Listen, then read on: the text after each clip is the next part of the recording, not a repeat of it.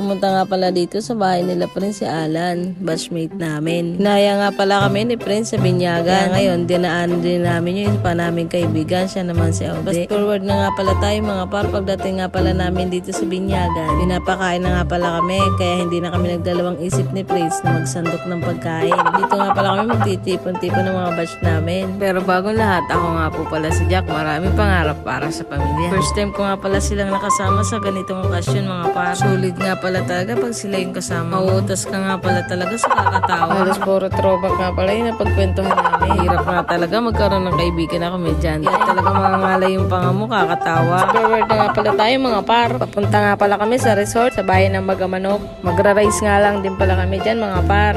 Hindi nga pala kami maliligo kasi wala naman kami mga dalang damit at hindi rin namin napagplanuhan talaga ng ayos. Medyo may kalayuan nga din pala yung pupuntahan namin. Plus lahat nga pala ng mga kasama ko dito, mga marunong sila mag-drive ng motor. Proud na proud nga pala ako sa mga kabatchmate ko kasi ang lalayo na nga pala ng mga narating nila. Kaya sana balang araw maging successful din yung ginagawa ko. Bukod ko sa gusto ko matulong ang pamilya ko, gusto ko rin makatulong sa ibang tao. Kaya pag napapanood nyo pong may ads, huwag nyo na pong i-skip.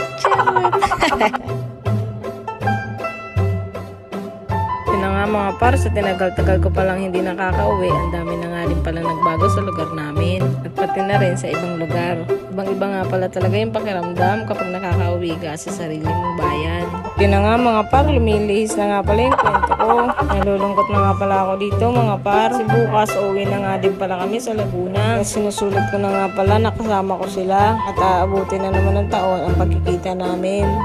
Fast forward na nga pala tayo mga par. Ito na nga pala kami sa resort. Costa Marina nga pala ang pangalan ng resort mga par. Napuntahan na nga din pala namin ito nung mga kami ay kabataan pa. Pagkatapos nga pala namin dito mag-ikot-ikot, mag-iiwa-hiwalay na naman pala kami. Ginabi na nga din pala kami ng uwi dito mga par. Papaalam na nga din pala yung iba namin kasamahan at malapit lang din pala sila sa dadaanan namin. At kami naman medyo may kalayuan pa.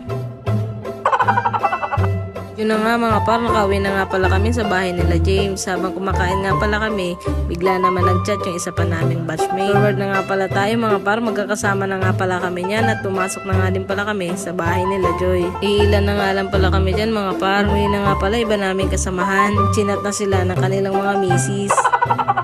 Pagkatapos nga pala namin dito, uwi na din nga pala kami at mag-ayos pa ako ng mga gamit ko. Oras na lang pala binibilang ng alis namin. Halos wala nga talaga kami pahinga nito mga par. Pero okay lang, at least masaya na ako na kasama ko sila. Sa biyahe na nga lang din pala ako babawi. At yun na nga mga par, entok na nga pala dyan si Dex. Yun lang, salamat sa panunod.